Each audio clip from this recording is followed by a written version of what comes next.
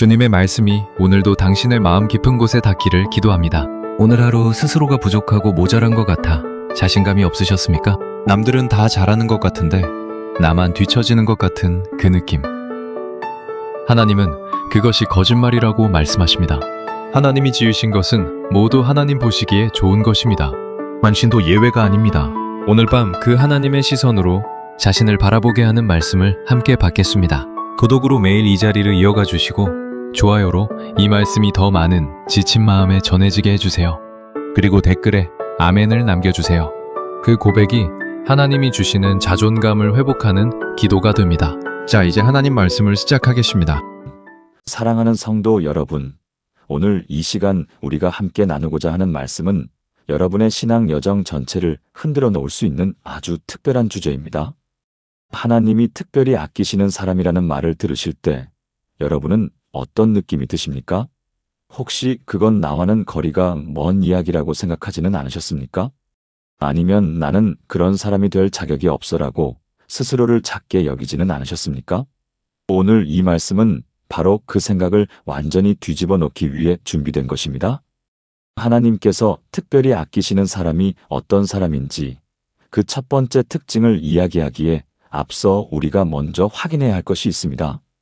그것은 하나님의 시선이 우리의 시선과 전혀 다르다는 사실입니다.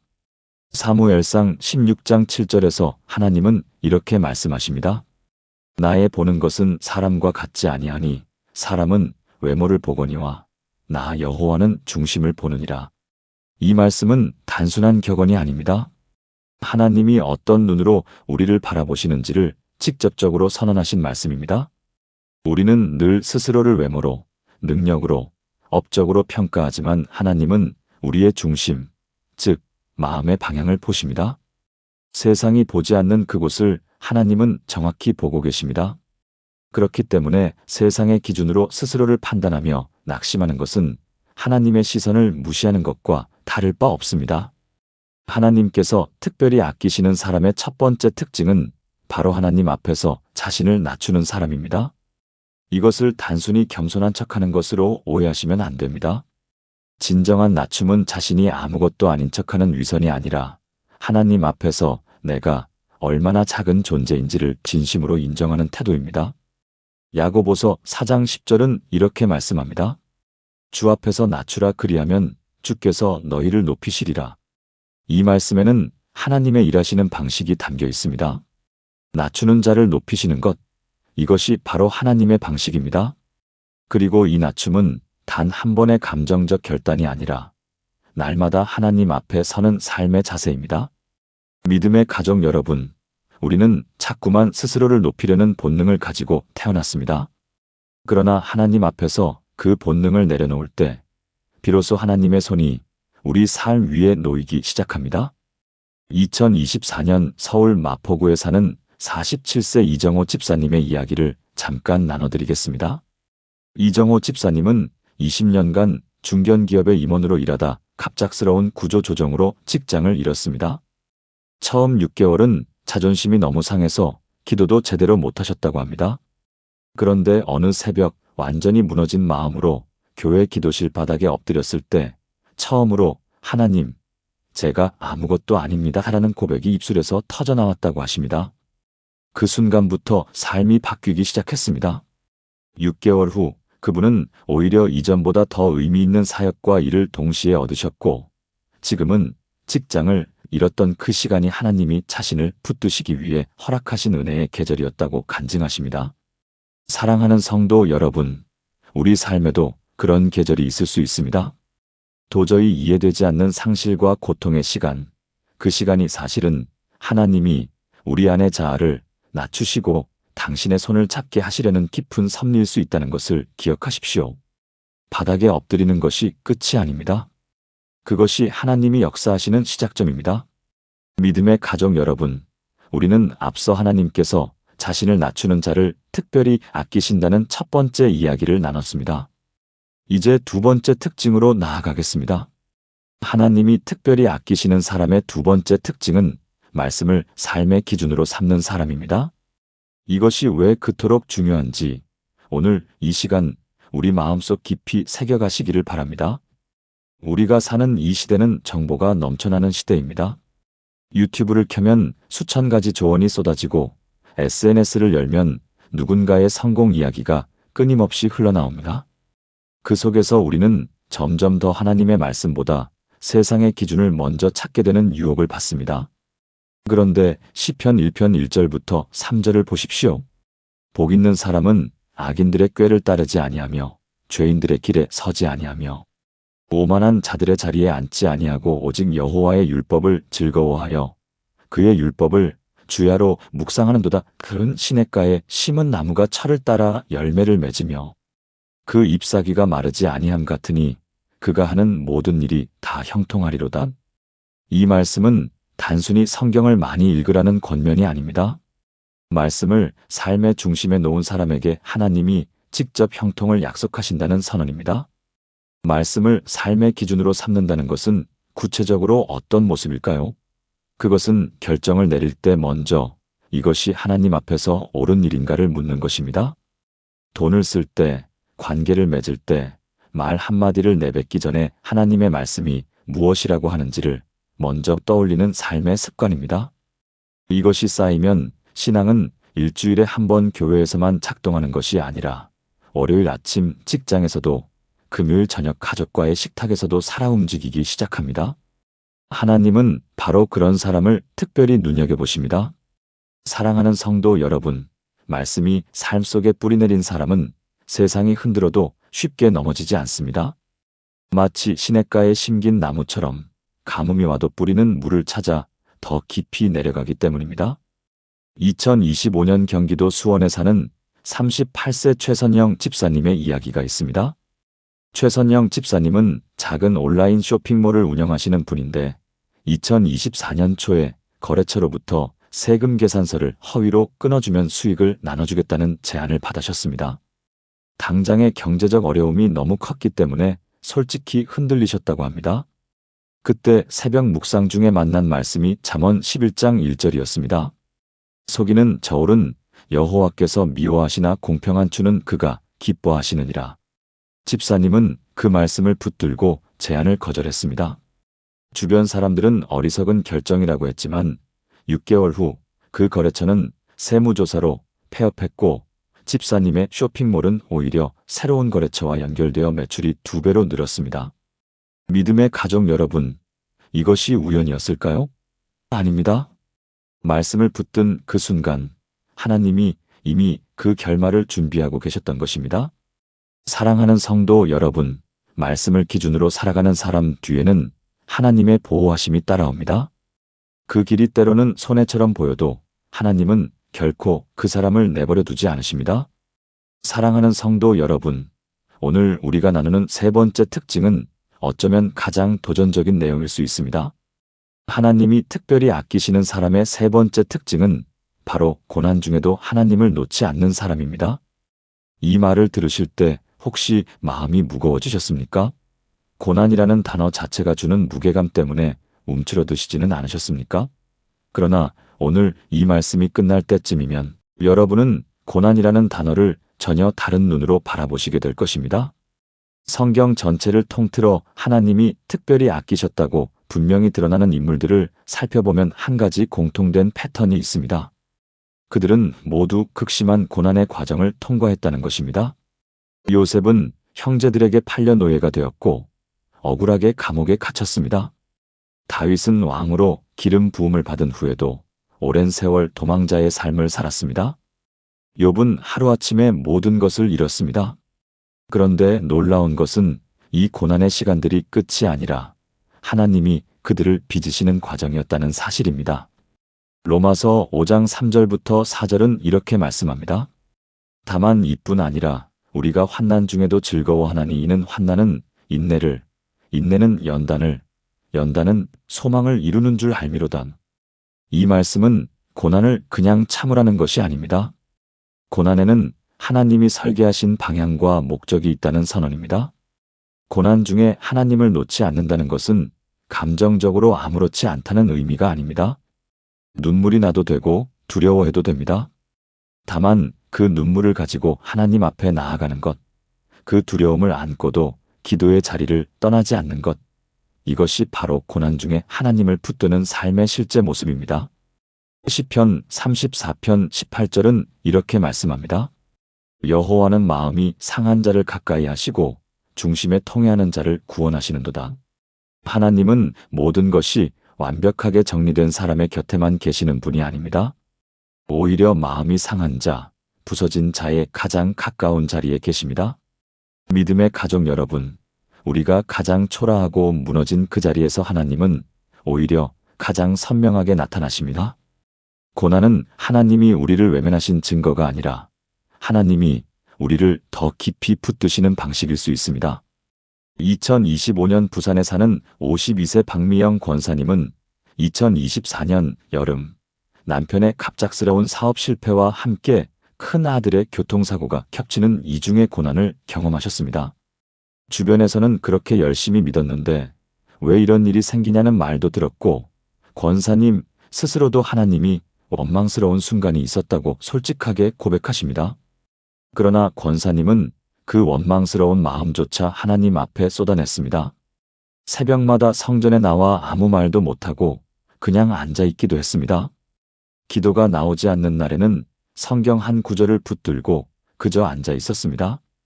그것이 그 시절 권사님이 할 수 있는 전부였습니다. 그렇게 6개월이 지나자 아들은 기적 같은 회복을 이루었고 남편은 오히려 더 건강한 방식으로 새 사업을 시작했습니다. 52세 박미영 권사님은 지금 이렇게 간증하십니다. 그때 제가 하나님을 떠났다면 저는 지금 여기 없었을 것입니다. 하나님은 제가 원망하는 그 자리에도 함께 계셨습니다.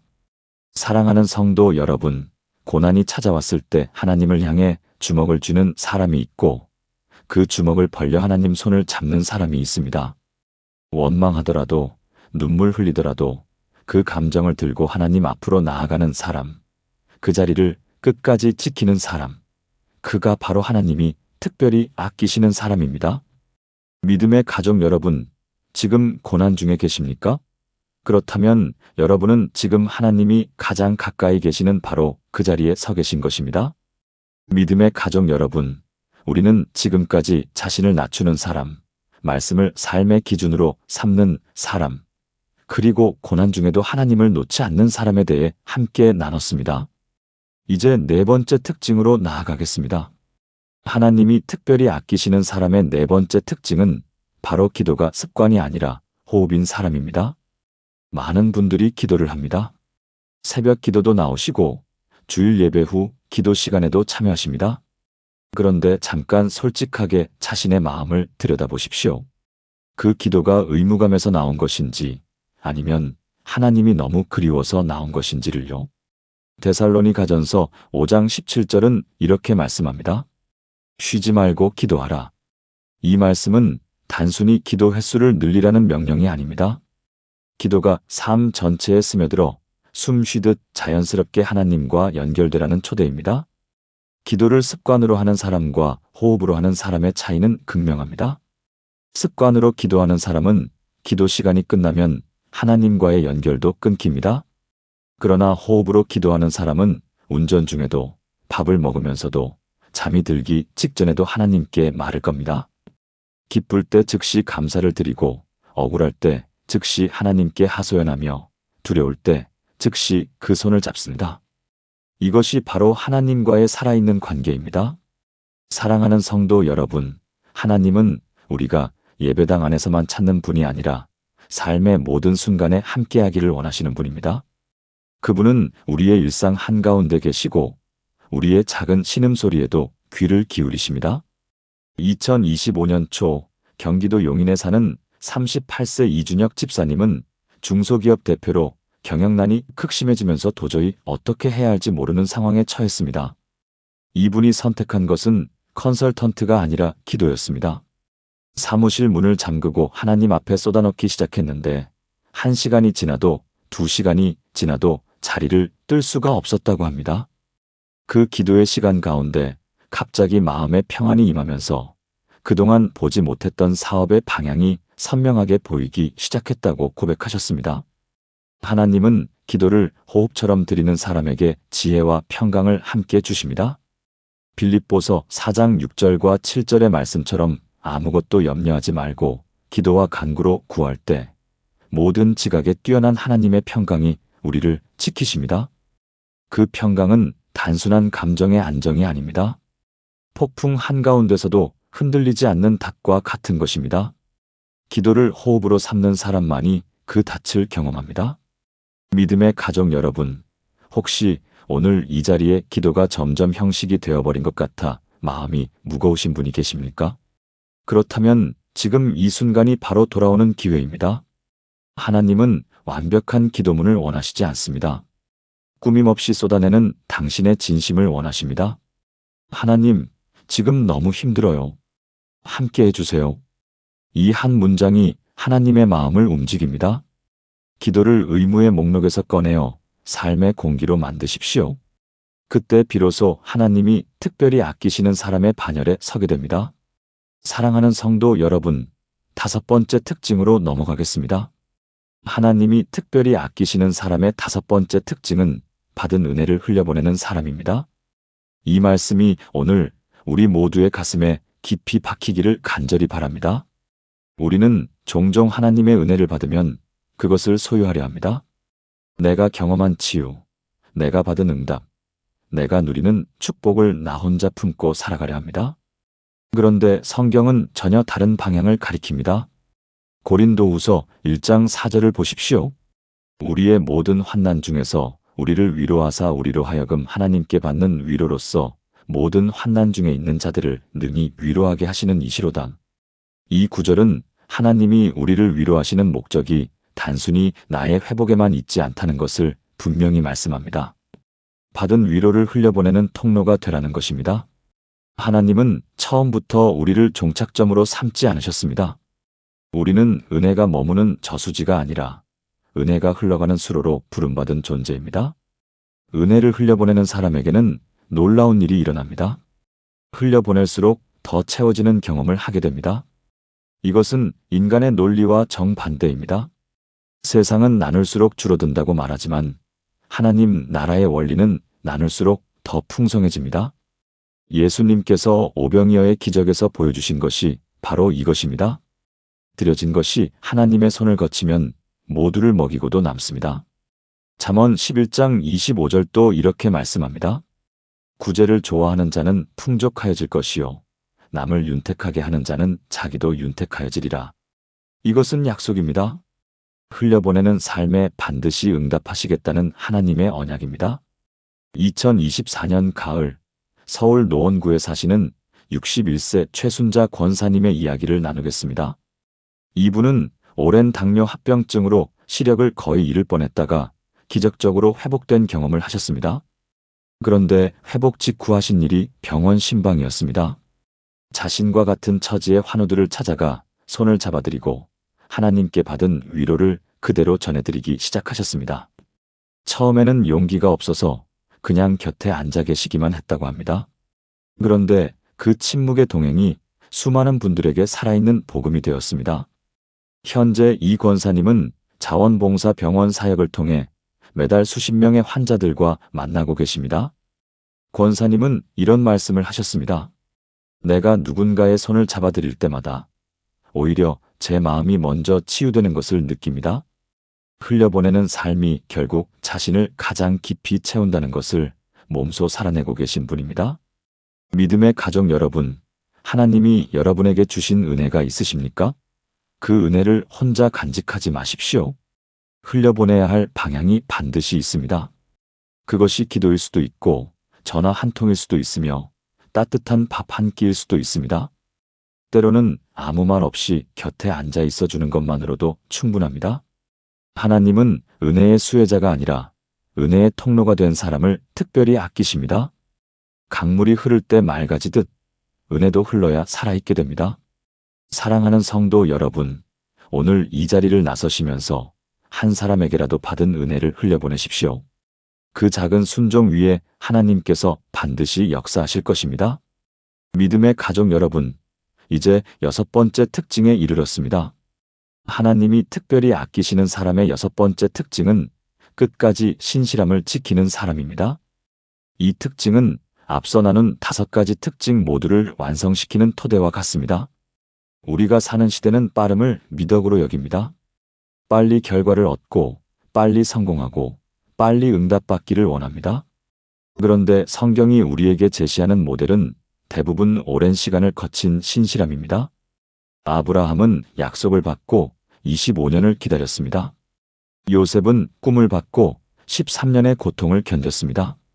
다윗은 기름 부음을 받고 수년간 광야를 헤맸습니다. 이들의 공통점은 단 하나입니다. 상황이 어떻게 변하든 하나님 앞에서의 신실함을 잃지 않았다는 것입니다.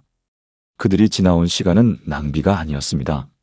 하나님은 그 긴 기다림의 시간마다 그들의 신실함을 보고 계셨고 때가 되어 가장 아름다운 방식으로 응답하셨습니다. 잠언 20장 6절은 이렇게 말씀합니다. 충성된 자를 누가 만날 수 있으랴? 이 말씀이 얼마나 무거운지 느껴지십니까? 하나님도 사람도 신실한 사람을 찾기가 어렵다는 탄식이 담긴 말씀입니다. 그렇기 때문에 신실한 사람은 더욱 귀합니다. 하나님의 눈에 특별하게 보입니다. 신실함은 화려한 무대 위에서 증명되지 않습니다. 아무도 보지 않는 자리에서, 박수받지 못하는 사역에서, 인정받지 못하는 섬김에서 드러납니다. 주일학교 교사로 15년째 한자리를 지키는 사람, 새벽 기도를 비가 오나 눈이 오나 빠지지 않는 사람, 헌금을 내면서 누구에게도 말하지 않는 사람, 이들이 바로 하나님이 특별히 아끼시는 사람들입니다. 신실함은 한 번의 결단보다 매일의 선택으로 쌓여갑니다. 그 반복된 선택들이 모여 결국 하나님 앞에 향기로운 제물이 됩니다. 2025년 봄, 부산 해운대에 사시는 47세 강동훈 집사님의 이야기입니다.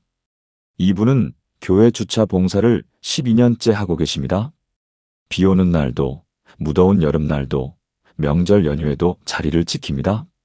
한 번도 알아달라고 요청한 적이 없고, 한 번도 봉사를 줄여달라고 말씀하신 적이 없습니다. 얼마 전 이분의 자녀가 수능에서 예상치 못한 좋은 결과를 얻었을 때, 이 집사님이 가장 먼저 하신 말씀이 이것이었다고 합니다. 제가 한 게 없는데 하나님이 그냥 주셨어요. 그 고백 속에 모든 것이 담겨 있습니다.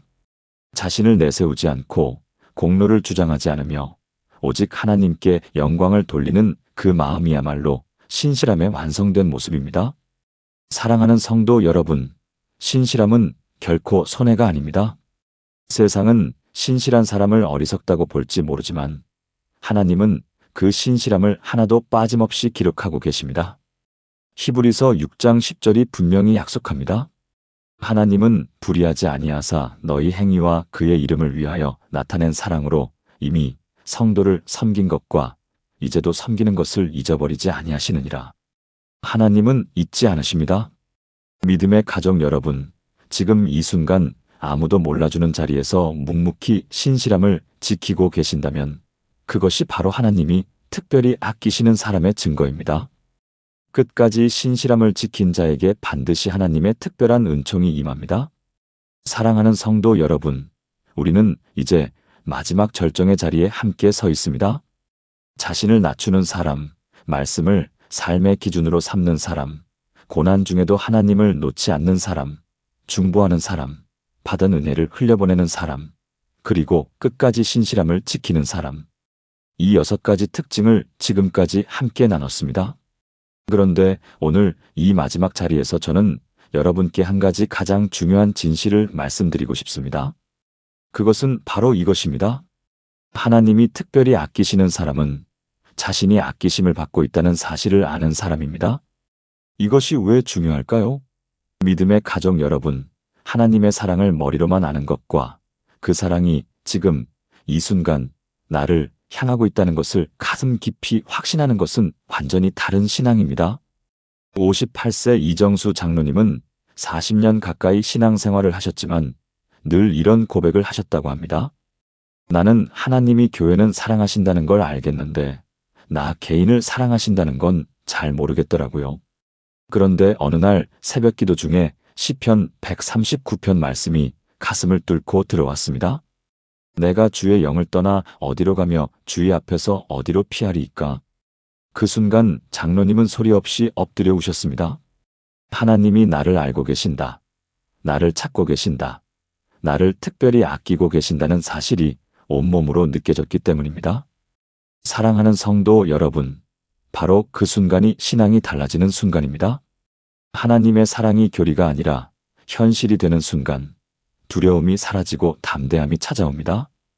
의무로 드리던 예배가 감사로 드리는 예배가 됩니다. 억지로 버티던 신앙이 기쁨으로 달려가는 신앙이 됩니다. 생각해 보십시오. 우리가 누군가에게 진심으로 사랑받고 있다는 것을 알게 되는 순간, 그 관계 안에서 우리가 얼마나 달라지는지를, 하나님과의 관계도 다르지 않습니다. 아끼심을 받고 있다는 확신이 들어오는 순간, 우리는 더 이상 두려움으로 하나님 앞에 서지 않습니다. 사랑받는 자녀로서 담대하게, 기쁘게 그분 앞으로 나아가게 됩니다. 믿음의 가족 여러분, 혹시 지금 이 자리에 오랜 신앙생활을 해왔지만 여전히 하나님의 사랑이 나에게만큼은 실감나지 않는다고 느끼시는 분이 계십니까? 그 마음 절대 부끄러운 것이 아닙니다. 그것은 오히려 더 깊은 확신을 향해 나아가는 시작점입니다. 오늘 이 말씀이 그 시작이 되시길 간절히 바랍니다. 이것이 바로 오늘 우리가 이 모든 말씀을 나눈 이유입니다. 여러분 한 분 한 분이 이 확신 위에 서시길 바랍니다. 하나님은 지금 이 순간도 여러분을 특별히 아끼고 계십니다. 그 사랑에서 우리의 겸손이 나오고, 그 사랑에서 우리의 신실함이 흘러나오고, 그 사랑에서 우리가 이웃을 품는 힘이 솟아납니다. 아끼심을 받은 자로 사십시오. 그것이 오늘 하나님이 여러분께 전하시는 말씀입니다. 하늘에 계신 아버지 하나님, 오늘 이 시간 주신 말씀 앞에 우리가 겸손히 무릎을 꿇습니다. 우리를 특별히 아끼시는 주님의 사랑에 감사드립니다. 우리가 스스로를 낮추는 사람이 되게 하시고 주의 말씀을 삶의 기준으로 붙들게 하옵소서. 고난의 자리에서도 주님의 손을 놓지 않는 믿음을 허락하시고 아픈 이웃을 위해 무릎 꿇는 중보자의 마음을 더하여 주옵소서. 우리가 받은 은혜를 움켜쥐지 않고 흘려보내는 통로가 되게 하시며 끝까지 신실함을 지켜 마지막 날 주님 앞에 부끄럼 없이 서게 하옵소서. 무엇보다 이 자리의 모든 성도가 주님께 특별히 아끼심을 받고 있다는 확신 위에 날마다 일어서게 하옵소서. 예수 그리스도의 이름으로 기도드립니다. 아멘. 믿음의 가족 여러분, 오늘 우리가 함께 나눈 말씀을 마음에 새기며 이 자리를 마무리하고 싶습니다. 우리는 오늘 하나님이 특별히 아끼시는 사람의 7가지 특징을 함께 걸어왔습니다. 자신을 낮추는 사람, 말씀을 삶의 기준으로 삼는 사람, 고난 중에도 하나님을 놓지 않는 사람, 이웃을 위해 무릎 꿇는 사람, 받은 은혜를 흘려보내는 사람, 끝까지 신실함을 지키는 사람, 그리고 자신이 아끼심을 받고 있다는 것을 아는 사람. 이 7가지는 우리가 새롭게 만들어내야 할 조건이 아닙니다. 하나님의 사랑 안에 머물 때 자연스럽게 흘러나오는 열매입니다. 사랑하는 성도 여러분, 오늘 이 영상을 끝까지 함께 해주신 여러분께 진심으로 감사드립니다. 여러분이 이 자리에 앉아 이 말씀을 듣고 계신 것 자체가 이미 하나님의 아끼심의 증거입니다. 우연히 이 영상 앞에 앉은 것이 아닙니다. 하나님이 오늘 이 시간 여러분을 이 말씀 앞으로 이끄셨습니다. 그 사실 하나만으로도 오늘 여러분의 하루는 충분히 의미 있습니다. 오늘 말씀이 여러분의 마음에 닿으셨다면 아래 좋아요 버튼을 눌러주세요. 단순한 클릭이 아닙니다. 이 말씀이 더 많은 분들께 닿을 수 있도록 돕는 귀한 손길입니다. 그리고 이런 말씀을 계속해서 함께 나누고 싶으시다면 구독과 알림 설정도 잊지 마시기 바랍니다. 여러분 한 분 한 분이 이 채널의 소중한 믿음의 가족입니다. 마지막으로 이 말씀을 선물처럼 들고 가십시오. 하나님은 오늘도 여러분을 특별히 아끼십니다. 그 사랑이 여러분의 월요일을 붙들고 지치는 수요일을 일으키고 기쁜 주일을 더욱 풍성하게 할 것입니다. 사랑하는 성도 여러분, 하나님의 크신 은혜와 평강이 오늘 이 자리를 떠나는 여러분의 발걸음 위에 가득하기를 주님의 이름으로 축복합니다.